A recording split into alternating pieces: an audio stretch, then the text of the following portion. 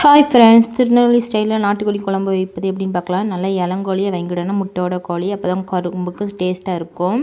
இப்போ நம்ம ஒரு சட்டியில் பொடி அரிசியை போட்டு நல்லா மிதமான இதில் வறுத்துக்கிடணும் ஃப்ரெண்ட்ஸ். வறுத்து ஒரு பாத்திரத்தில் எடுத்துக்கிடுவோம்.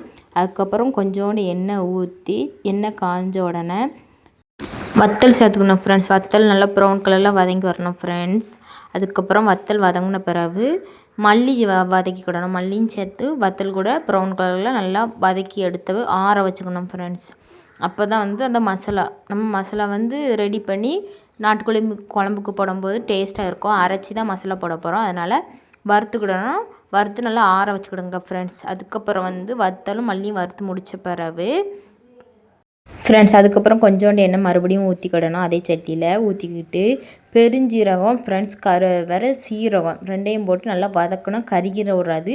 கருகுனா ரொம்ப கசக்கும். அதனால் கருகிற ஸ்டேஜுக்கு முன்னாடி நம்ம இறக்கி எடுத்துக்கலாம். இப்போ நல்லா வதக்கிக்கிடுங்க ஃப்ரெண்ட்ஸ். இப்போ பார்த்திங்கன்னா இதெல்லாம் நம்ம அரைக்கணும் நல்லா.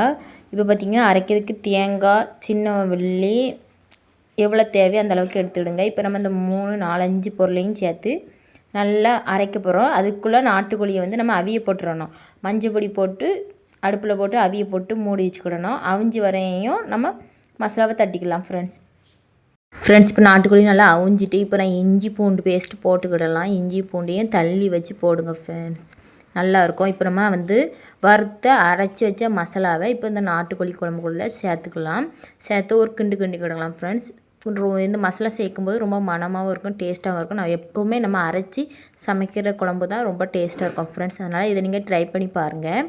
இப்போ நம்ம மசாலாலாம் கூட்டியாச்சு. இன்னும் ஒரு வாட்டி நல்லா கொதிக்க வரணும். மசாலாலாம் அந்த கறியோடு மிக்ஸ் அளவுக்கு கொதிக்கட்டும்.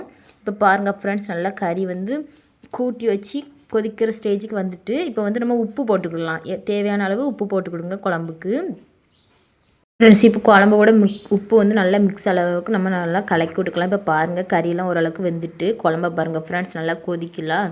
இந்த ஸ்டேஜில் தான் ஃப்ரெண்ட்ஸ் அந்த மணமும் நம்ம வறுத்து போட்ட அந்த ஸ்மெல் நல்லா அடிக்கும்.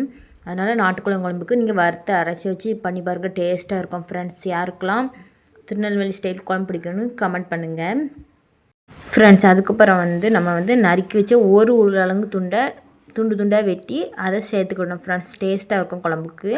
அப்புறம் உருளைக்கிழங்கு சேர்த்த பிறகு நம்ம எப்பவும் தாளித்து ஊற்றிக்கிடணும். கடுகு, கருவேப்பிலை, உள்ளிலாம் போட்டு நல்லா தாளித்து ஊற்றிக்கிட்டால் குழம்பு மணமாகவும் நல்லா டேஸ்ட்டாகவும் இருக்கும் ஃப்ரெண்ட்ஸ். நீங்கள் இதே மாதிரி ட்ரை பண்ணிங்க. இங்கே திருநெல்வேலியில் உளுந்தங்கஞ்சிக்கு நாட்டுக்கோழி குழம்புக்கும் சும்மா டேஸ்ட்டாக இருக்கும் ஃப்ரெண்ட்ஸ். உங்களுக்கு இந்த வீடியோ பிடிச்சா லைக் பண்ணுங்கள், கமெண்ட் பண்ணுங்கள், ஷேர் பண்ணுங்கள் ஃப்ரெண்ட்ஸ்.